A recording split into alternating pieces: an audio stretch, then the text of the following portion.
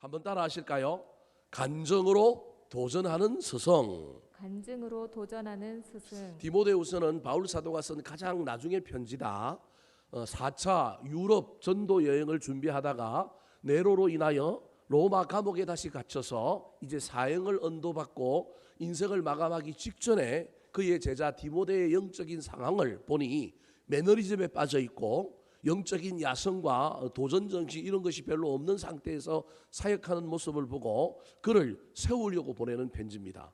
교회가 환난을 어떻게 넘어갈 것이냐 이런 문제도 있지만 제일 중요한 것은 사역자로 디모데를 다시금 회복시키시고 그를 세우고자 하는 열망이 사도 바울에게 있어서 사도 바울이 제자 디모데에게 편지를 통하여 격려하는 거예요. 다시금 힘차게 사역해라. 그리고 나한테 와서 마지막 인생을 마감하자. 나의 가는 길을 배웅해달라. 뭐 그런 얘기가 디모데후서에 기록되어 있습니다. 지난주에 사실은 제가 설교 2편을 한 편으로 하는 바람에 길어가지고 집에 가서 됐다 수요일날 혼났어요. 여러분이 2편의 설교를 지난주에 한 편으로 들은 거예요. 그 2편의 설교 중에 마지막 내용이 뭐냐 하면 그래서 사도 바울이 디모데에게 어떻게 살라는 거예요. 3가지 직업의 비유를 들었는데 그 중에 첫 번째가 뭐였어요? 병사. 2번째가 뭐였어요? 경기하는 자. 3번째가 뭐였어요? 농부. 다 까먹었죠? 모르실 거예요. 하여튼 이걸 이렇게 살라는 거예요. 너는 복음 전도자로서 사역자로서 어떻게 살아야 되느냐 하면 군인처럼 살아라는 거예요. 너는 운동선수처럼 사역하라는 거예요. 다시금 힘을 내서 농부처럼 씨를 뿌리고 어떻게 될지 알 수 없지만 눈물로 씨를 뿌리고 그것도 그 열심히 거두고 뭐 잘 못 났을 수도 있지만 수확이 잘 안 될 수도 있지만 농부에게는 먼저 말씀의 은혜를 먹는 기쁨이 있지 않느냐. 네가 자라는 걸 보는 기쁨이 있지 않느냐. 그 기쁨으로 사역해라. 이렇게 권면한 거예요. 오늘 본문은 그 이야기에 이어서 이야기되고 있는 거예요. 그 이야기에 이어서 이 사도 바울이 디모데를 더 하나님께 충성하고 헌신하는 사역자로 만들기 위하여 누구 이야기를 하느냐 하면 자신의 이야기를 해요. 앞에 이야기했던 군인 그리고 경기하는 자, 운동선수, 그 다음에 농부의 삶을 산 사람이 누구라는 거예요? 자기 자신이라니까. 은근슬쩍 죄송한 이야기지만 자랑하려고 그러는 것이 아니라 내가 그렇게 살았으니 너도 그렇게 살아라라고 도전하고 간증하는 이야기가 오늘 7절부터 나오는 내용입니다. 자, 7절을 먼저 한번 읽어볼까요? 시작. 내가 말하는 것을 생각해 보라. 주께서 범사에 내게 총명을 주시리라. 자, 내가 말하는 것을 생각해 보라라고 한 것은 앞에 말했던 걸 생각해 보라는 거예요. 앞에 말했던 것이 아까도 이야기했던 것처럼 너는 사역할 때 군인처럼 사역해라. 그리고 운동선수처럼 열심히 목표를 바라보고 법대로 라인 벗어나지 말고 열심히 한번 달려가 봐라. 그리고 농부처럼 씨를 뿌리고 나아가면 추수하는 기쁨 네가 맛보지 않겠느냐. 그게 내가 말하는 거죠. 7절인데 앞에 1이 있어서 죄송한데요. 내가 말하는 것 앞에 이야기했던 그 3가지 직업의 비유에 대하여 너보고 살아라 한 것을 뭐하라고요? 생각해 보라는 거예요. 이 말은 지금 떠올려 보라는 얘기가 아니라 그 말을 늘 염두에 두고 마음에 두고 생각하고 살아라 그런 의미예요. 그러면 주께서 범사에 내게 뭘 주실 것이라고요?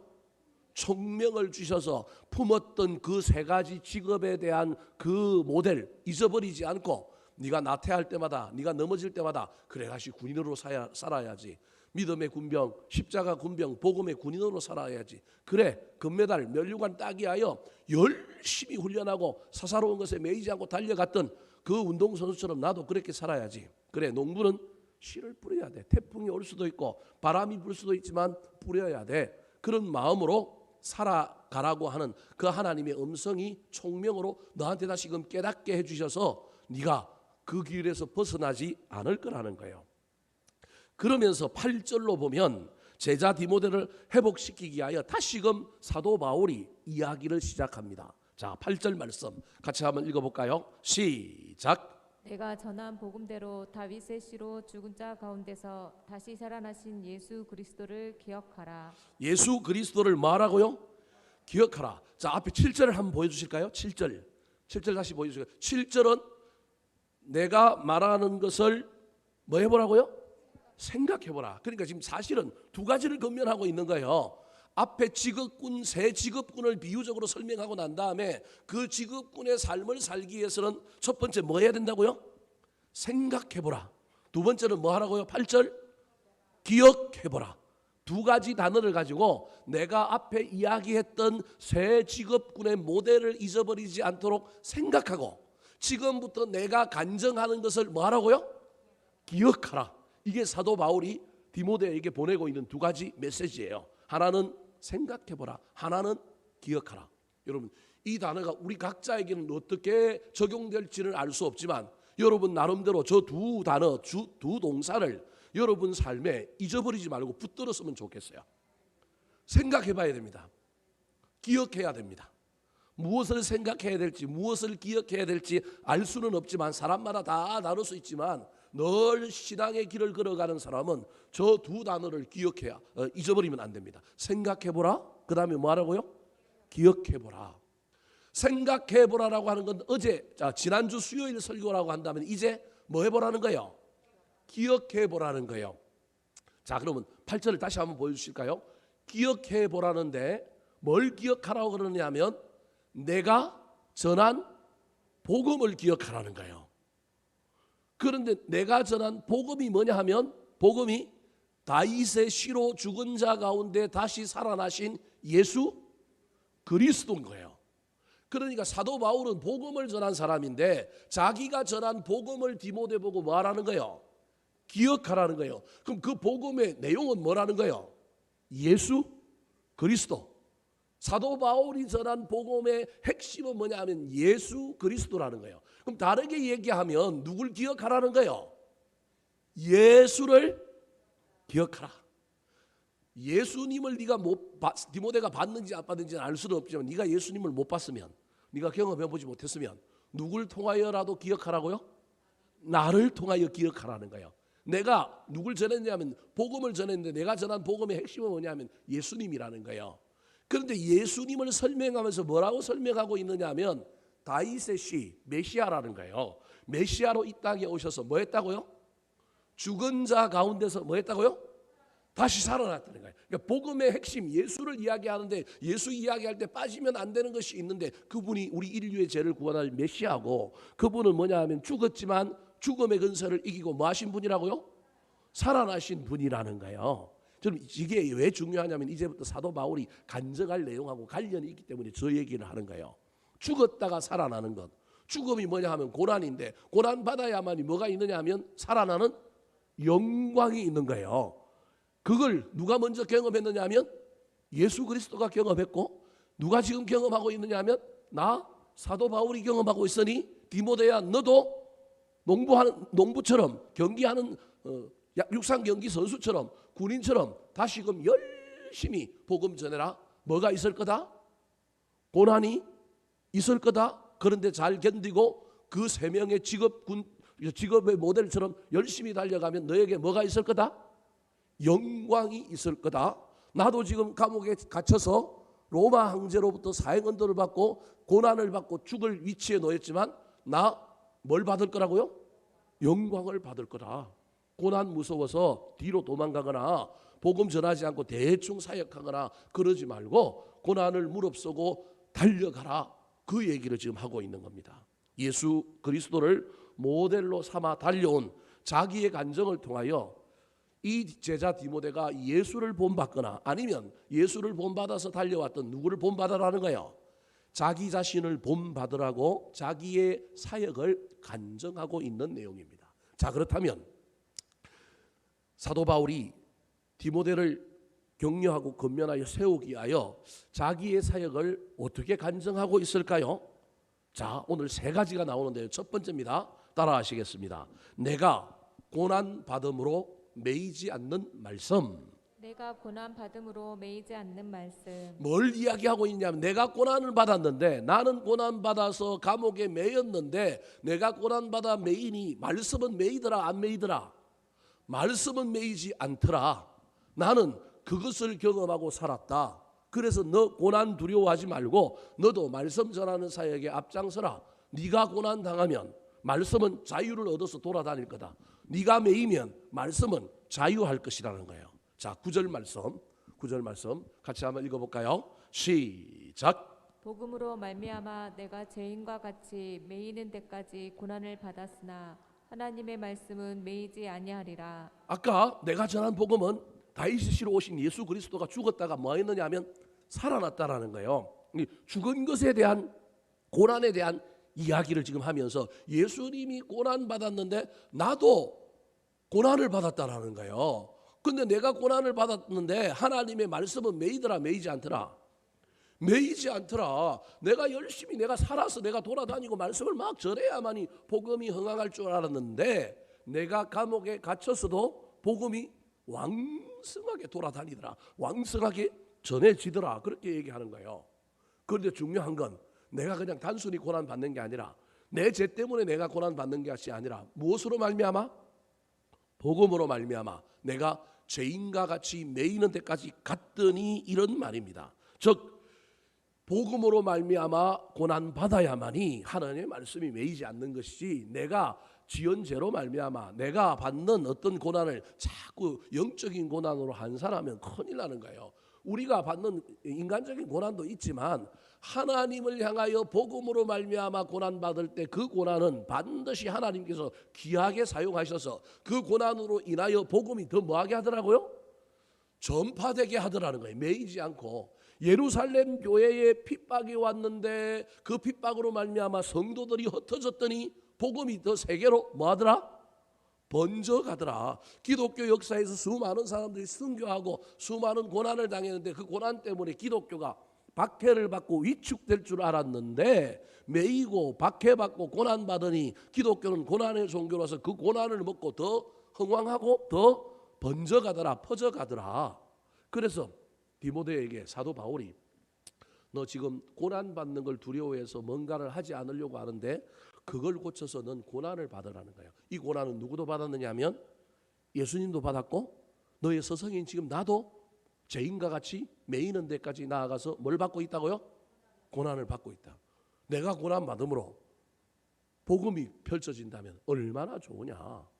다르게 얘기하면 아사 교회생 내가 죽으면 교회가 산다. 내가 고난 받으면 교회가 사는 것처럼 사도 바울이 자기 제자 디모데를 향하여 반드시 이야기하고 있는 것이 있는데 말씀이 매이지 않고 전해지는 것에 네가 어떻게 쓰임 받을 거냐. 살아서 쓰임 받는 것도 중요하지만 고난 받으라는 얘기가 아니라 고난 무서워서 그냥 사역을 제대로 하지 않고 뒤로 물러가지 말고 너는 고난 받더라도 하나님이 너를 고난 받게 내버려 둘 것 같지는 않지만 어떤 사람은 고난 받음으로 교회를 흥황하게 하고 말씀을 전파되게 하는데 그 사람을 쓰기도 하지만 자세가 중요하다는 거예요. 네가 그 자세 가지고 고난 받을지라도 난 열심히 사역하겠다 그러면 어떤 사람에게는 그 고난을 직접 받기도 하지만 어떤 사람은 그 자세를 가지고 있는 사람을 고난 주지 않고도 그를 통하여 복음을 더 어떻게 하더라는 거예요.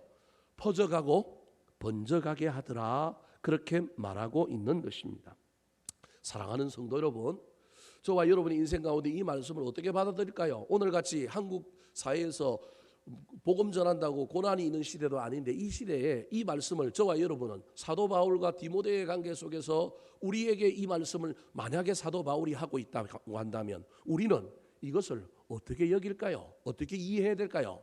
저는 이렇게 이해하고 싶습니다. 현대 자본주의 시대에 네가 예수 믿는 것 때문에 물질의 손해를 좀 본다 할지라도 그거 무서워서 손해보는 일 안 하려고 예수 적당히 믿고 대충 믿지 말고 손해를 볼 각오하고 열심히 네가 살면 하나님의 말씀은 흥황해지고 교회는 부흥하고 가정은 잘되고 하나님께서 네의 물질까지도 갚아주실 것이다.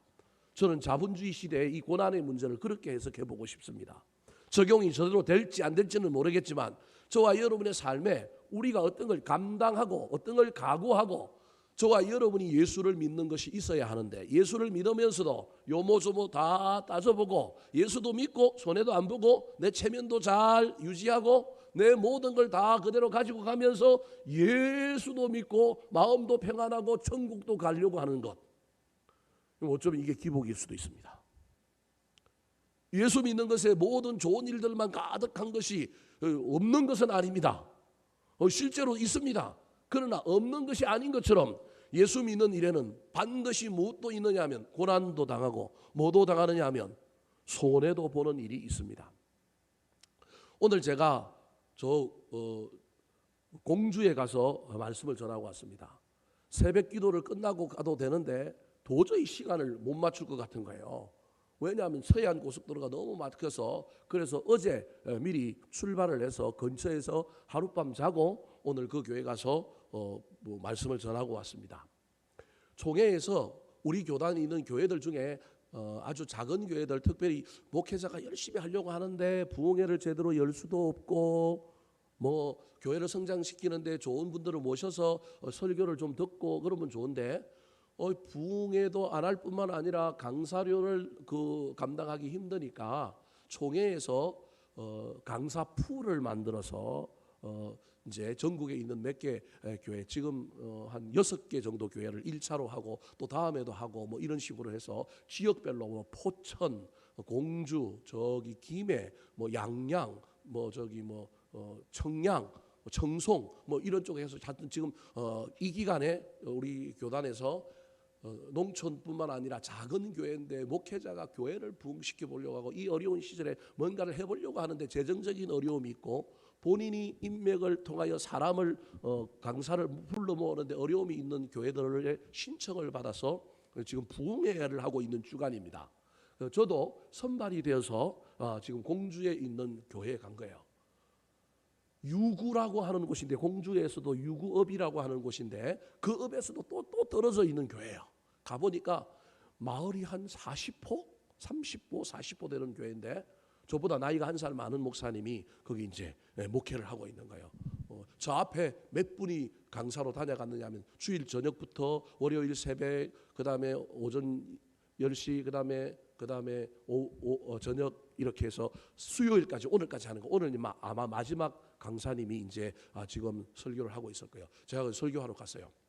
제가 지금 무슨 얘기를 하려고 하느냐 하면요. 제가 돈을 받고 갔다 왔을까요? 못 받고 갔다 왔을까요? 네, 못 받고 갔다 오죠. 총회에서 그런 교회를 돕느니까 강사들이 어느 정도 좀 괜찮은 교회들은 자비를 쓰고 뭐하라는가요? 갔다 오라는 거예요. 그러면 여러분 이제 갔다 오고 가는데 자는데 경비 썼죠. 우리 아들들 둘은 엄마 아빠가 사라지고 있으니까 뭐 달라 그래요? 밥 먹어야 되니까 뭘 줘야 돼요? 밥값을 주고 가야 되는 거예요. 밥값을 주고 가는데 제가 지난 주일날 설교를 뭘 했어요? 째째하지 말고 어떻게 하라고요? 넉넉하게 이래 설교를 했단 말이에요. 그 아들들이 들었을까요? 안 들었을까요? 들었단 말이에요. 돈을 주려고 계산을 해갖고 야 엄마 아빠 1박 2일로 갔다 오는데 너네 밥 먹는 거 계산하면 한 3끼니까 한 끼에 10,000원씩 해갖고 30,000원 이렇게 주려고 그랬는데 이게 손이 어떤 거예요? 부끄러운 거예요. 그래서 30,000원을 주면 안 될 것 같아요. 근데 저도 통이 좀 컸으면 좋은데 보태갖고 50,000원을 줘야 되는데 주고 나니 오늘 설교하고 오니까 이제 후회스러운 거예요. 30,000원 안 주고 얼마를 줬느냐 하면 40,000원을 줬어요. 이게 째째한 거예요. 오늘 올라오면서 계속 이게 걸리는 거예요. 차라리 여러분 3, 5, 7이지 3, 4, 5가 아니잖아요. 30,000원을 주나 그랬으면 50,000원을 줘야 되는데 하여튼 40,000원을 줬어요.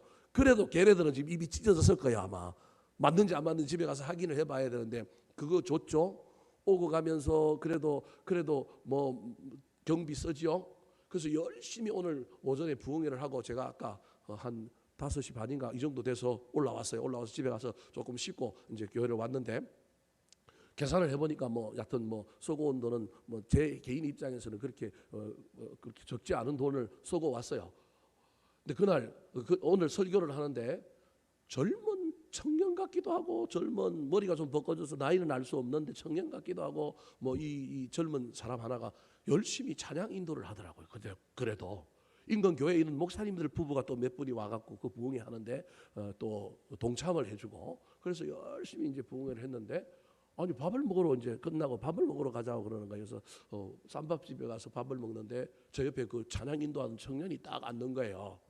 그래서 이상하다 목회자는 아닌 것 같은데 전도사인가 그랬더니 오늘 이분이 뭘 산다는 거예요?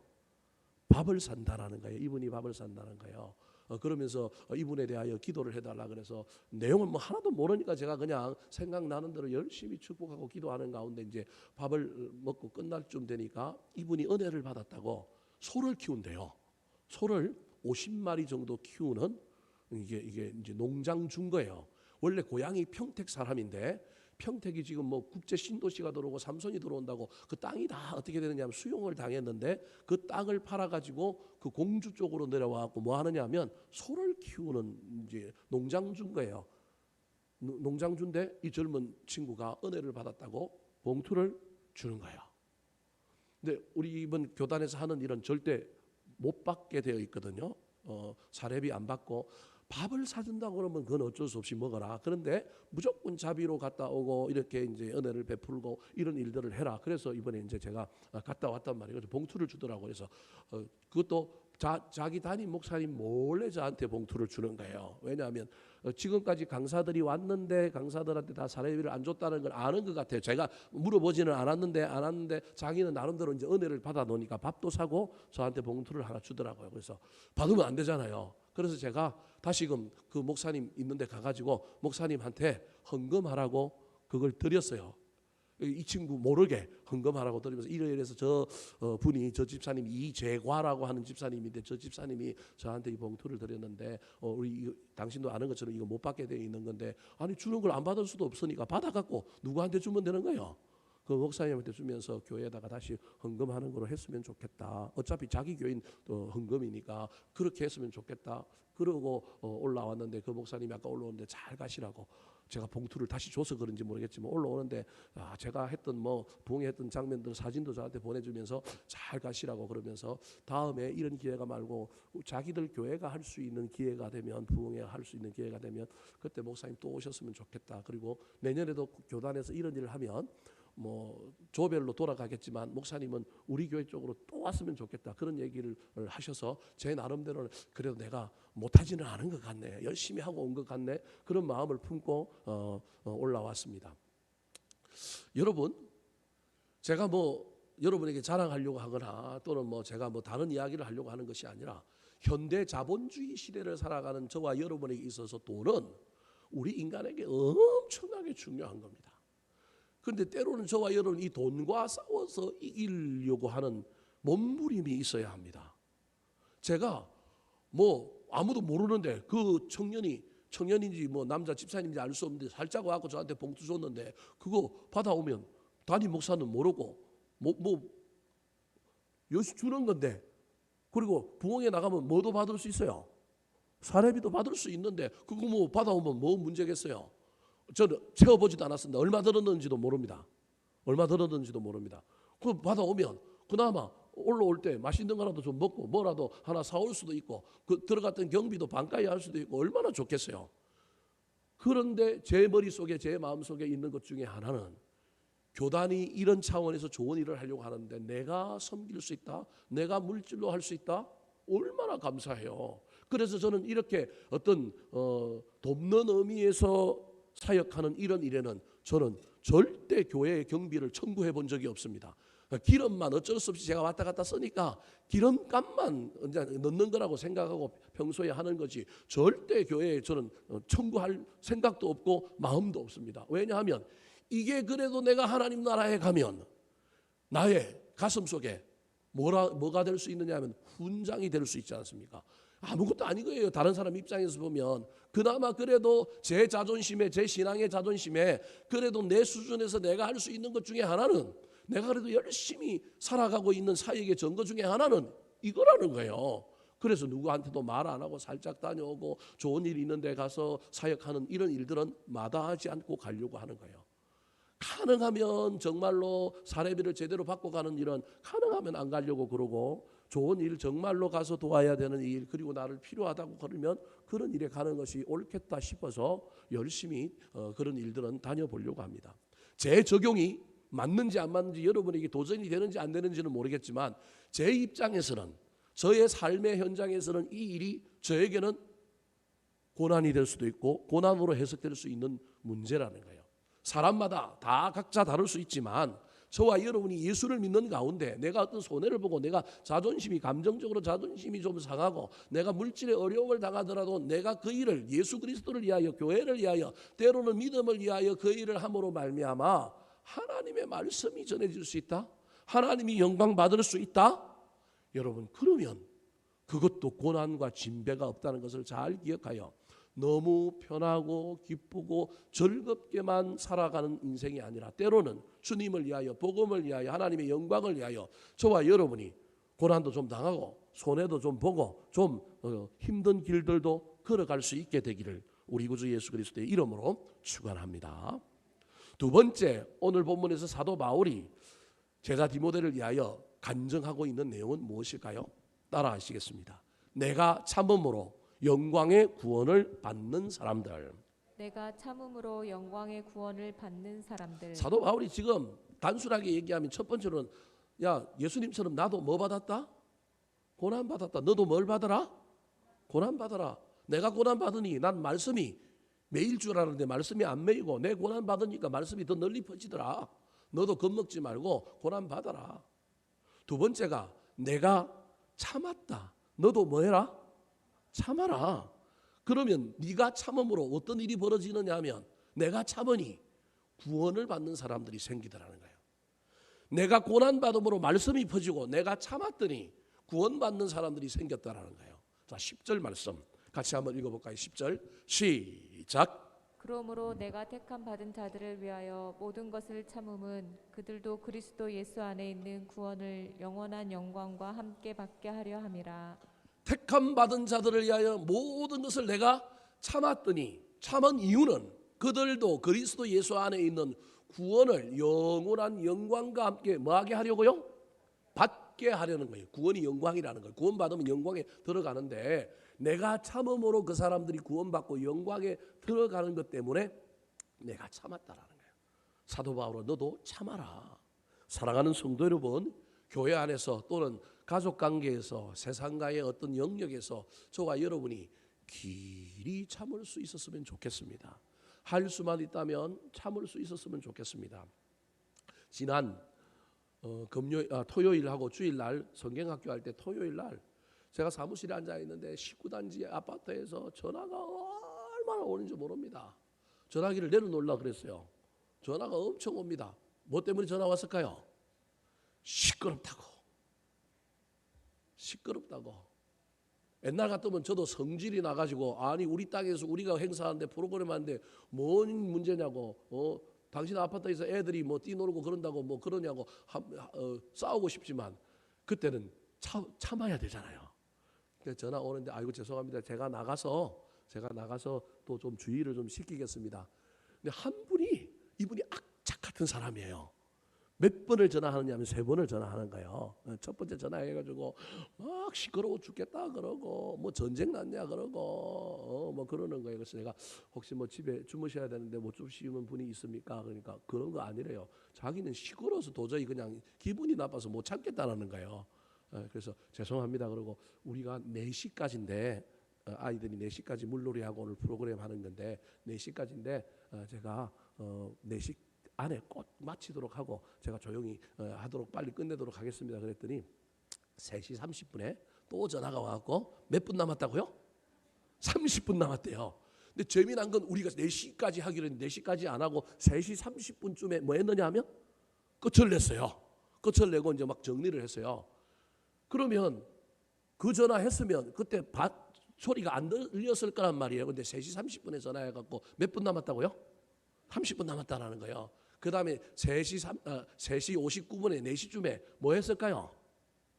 또 전화가 왔어요.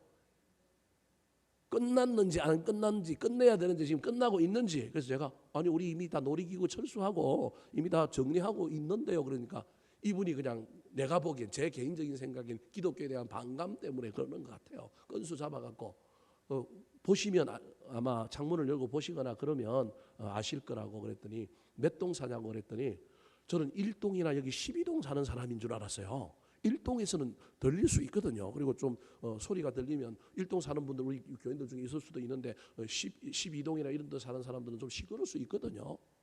저도 간혹 그 성신초등학교에서 운동회 같은 거 하면 제가 7동에 사는데도 와 하는 소리가 낮에도 들릴 때가 있거든요. 와 하면 쳐다보고 와 하면 운동회 하는 거 보이니까 운동회 하네 그러고 마는데 이게 이제 안 되시는 분들이 있는 거예요. 얼마나 전화가 오는지. 근데 4시에 전화해서 딱 보면 이미 4시에는 뭐 하고 있느냐 하면 청소하고 있는 거거든요. 그럼 아이들 소리는 안 들린단 말이에요. 그런데도 전화해가지고 꼭 짚고 넘어가야 되는 거예요. 딱 4시니까 이제 끝내라는 거예요. 그래서 예, 끝났습니다. 그랬더니 아무 말 안 하고 전화를 끊더라고요. 여러분, 참아야 될 일들이 한두 가지가 아닙니다. 그것만 있는 것이 아니라 또 다른 일들이 있습니다.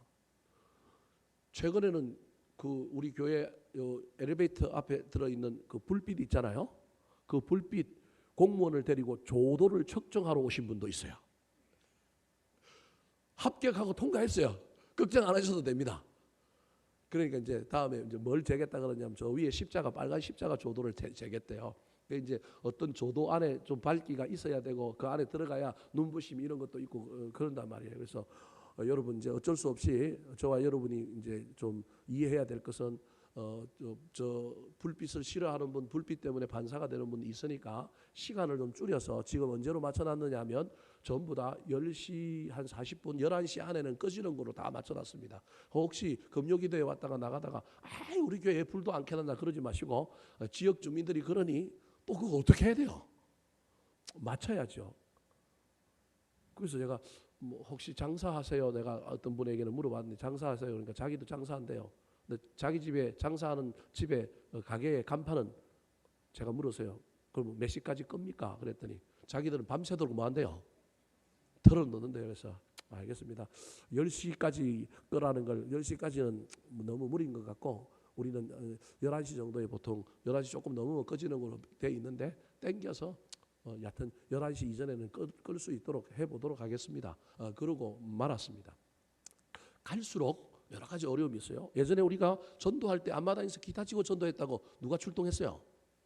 경찰이 출동했어요. 그래서 경찰한테 물었더니 자기 마당 안에서는 하면 괜찮대요.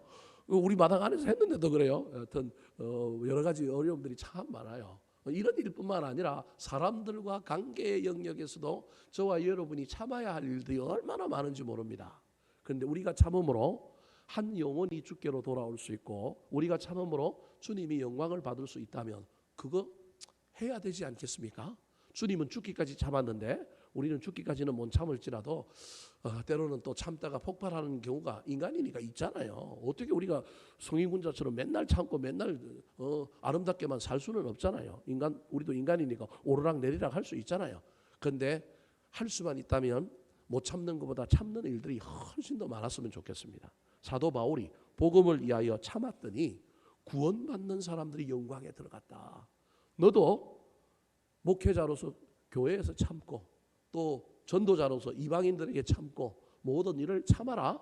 나도 그렇게 살아왔다. 예수님도 그렇게 사셨다. 이제 너도 그렇게 살아야 된다. 이 말씀을 저와 여러분도 받아들이고 때로는 욱하여 지나고 나니까 그때 참을 걸 왜 못 참았을까 그런 마음이 들 때 또 한 번 결심하시고 다음에는 더 오래 참으리라, 더 길게 참으리라, 더 참는 횟수를 늘리리라 결단하는 저와 여러분이 되기를 예수님의 이름으로 축원합니다. 마지막으로 사도 바울이 디모데를 향하여 그를 세우기 위하여 간증하고 있는 내용이 무엇일까요? 따라하시겠습니다. 내가 죽음으로 왕노릇하게 될 미래. 내가 죽음으로 왕노릇하게 될 미래. 첫 번째가 내가 고난받았다. 두 번째가 내가 뭐 했다고요?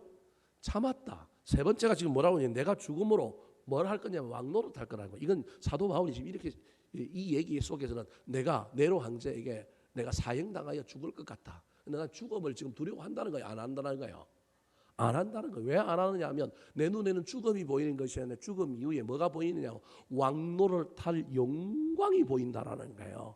그래서 지금 사도 바울이 제가 보기엔 디모데에게 이 이야기하고 있는 건 단순한 비유적인 측면을 떠나서 난 죽음도 각오했다. 근데 난 죽음이 무섭지 않아? 죽음 이후에 내가 복음과 함께 예수 그리스도와 함께 왕노릇한 미래가 보이기 때문에 난 무섭지 않아. 이렇게 간증하고 있는 거예요. 자, 11절 12절 말씀 같이 한번 읽어볼까요?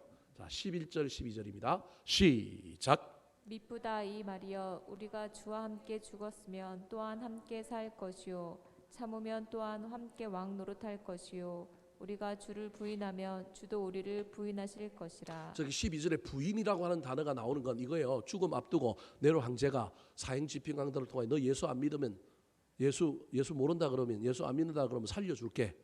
지금이라도 사형틀 앞에서 너 예수를 뭐 하라고요? 부인해. 그거와 관련이 있는 거예요. 그러니까 지금 사도 바울이 저 11절과 12절은 죽음을, 자기의 죽음을 염두에 두고 지금 이야기하고 있는 거예요. 내가 죽는 한이 있어도 나는 예수 그리스도 부인 안 할 거다. 우리가 주를 부인하면 주도 우리를 뭐 한다고요? 부인한다. 나도 모른다 그럴 수 있다라는 거예요. 그래서 나는 그러지 않을 거라는 거예요. 내가 주와 함께 뭐 할 거라고요? 죽으면 육신으로는 죽겠지만 영적으로는 영원한 영생에 들어가서 함께 뭐 할 것이요? 살 것일 뿐만 아니라 내가 주와 함께 뭐 할 거라고요? 왕노릇할 거라는 거예요. 이게 여러분, 제가 예전에 설교할 때도 여러분에게 말씀드렸지만 유대인들은 어떤 의미를 가지고 있느냐면, 이거 잘못 이야기하면 제가 2단 3단이 될 수 있는데, 유대인들은 어떻게 얘기냐면 예수님의 통치를 받아서 천국에 먼저 들어간 사람들, 믿음의 사람들 중에 뭐 할 사람이 있느냐면 천국에 들어가느냐 지옥에 가야 되는 사람을 심판할 수 있는 심판의 자격이 누구에게 있다고 생각하느냐면 자신들에게 있다고 생각하는 거예요. 이게 맞는지 안 맞는지는 가봐야 되는데 이게 왕노릇의 어떤 의미가 있는 거예요. 그래서 이스라엘 12지파가 있듯이 예수님에게 12제자가 있었던 것은 이스라엘 12지파를 그들의 사고관, 오늘 이 기독교가 전 세계로 퍼지기 전에 그들의 사고관에는 저 영생 천국에 갈 때 그 천국에 들어갈 사람들을 재판하는 권한을, 소위 말하는 1심, 2심, 3심이 있는데 1심의 권한을 누구한테 준다는 거예요? 유다 지파는 누구? 베냐민 지파는 누구? 그래서 12지파를 12제자와 연결을 시켜 놓은 거예요. 그게 그냥 우리는 그냥 12이니까 12제자를 뽑은 게 아니라 유대인들은 철저하게 사고를 어떻게 하느냐 하면 이스라엘 12지파가 있는데 그 지파가 각각 나중에 죽어서 천국이냐 지옥이라를 결정할 때, 물론 아무데나 자기 마음대로 지옥 갈 사람 천국 넣을 수는 없지요. 법이 있지요. 근거가 있는 것처럼 그 근거 속에서 재판할 수 있는 권한을 누구에게 주느냐 하면 12제자에게 준다라는 거예요. 이 생각이 있다니까요. 그래서 여러분 12제자들의 가지고 있는 그 이야기 중에 하나가 나도 나중에 주님과처럼 왕노릇 할 거라는 거예요.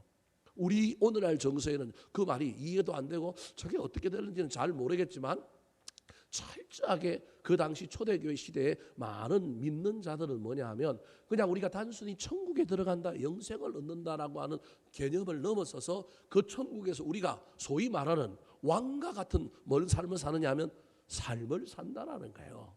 그 미래가 있는 거예요. 그냥 영생 얻는다, 천국 들어간다가 아니라 왕노릇 한다라는 거예요. 이게 우리 입장에서는 잘 이해가 안 되지만 그 사람들 입장에서는 이게 대단한 특권이요, 대단한 미래인 거예요. 단순히 영생을 얻는다를 넘어서서 그 영생 위에 그 천국에서 무슨 노릇 할 거라고요? 왕노릇 할 거라는 거예요. 저와 여러분에게도 이런 놀라운 환상과 미래와 꿈이 있었으면 좋겠어요. 저는 이 왕노릇을 어떻게 해석할까? 저와 여러분의 삶에 있어서 어떻게 해석할까? 물론 이 왕노릇은 장차 저 천국에서의 삶의 이야기지만 이 땅에서의 우리의 삶의 영역에서 이 왕노릇을 어떻게 이해할까? 여러분, 내가 살면 하나님이 우리의 마음에 뭘 주느냐 하면 내가 죽으면 내가 살면 하나님이 우리의 마음에 내 자존심이 살고 내 기가 살고 내 체면이 살면 하나님 우리 마음에 불편함을 엄청나게 줄 겁니다. 그래서 내 마음이 시끄럽고요, 내 속에서 막 덜끄덩거리고요, 마음이 불편할 겁니다. 근데 자존심도 상하고 체면도 좀 구기지만 내가 죽으면 하나님께서 나를 내 마음 속에서 내 삶의 영역에서 내 신앙의 영역에서 나를 뭐 되게 만들어 주실 거냐면 왕 되게 만들어 주실 것입니다. 이게 여러분에게 어떻게 이해되는지는 모르겠지만요, 참을 때, 죽을 때 내가 그 일을 하는 일들을 통하여 자존심도 상하고 성질도 상하지만, 그런데 어느 순간이 탁 지나면요, 하나님이 주시는 그 평안과 그 평안 속에 내가 참 잘했다라고 하는 마음의 그 평안이 찾아올 때가 있습니다. 그때는요, 세상 그 누구도 나에게 줄 수 없는 그 놀라운 기쁨을 누리게 되는 거예요. 사도 바울이 그래서 로마서에 보면 오호라 나는 공고한 사람이다 그렇게 이야기하면서 내 안에 날마다 두 사람이 싸운다 그러잖아요. 누가 이길지는 알 수 없지만 성령의 소욕을 따라 사는 사람이 이기게 되면 그 사람은 그 삶을 왕으로 지배하는 거예요. 저와 여러분이 이 놀라운 일들을 경험할 수 있었으면 좋겠습니다. 사도 바울은 육신이 죽는 것에 대한 죽음을 이야기했지만 저와 여러분은 저 죽음을 사도 바울의 또 다른 고백처럼 이 땅에서 살아가는 동안에 날마다 저와 여러분을 부인하고 죽일 수 있었으면 좋겠습니다.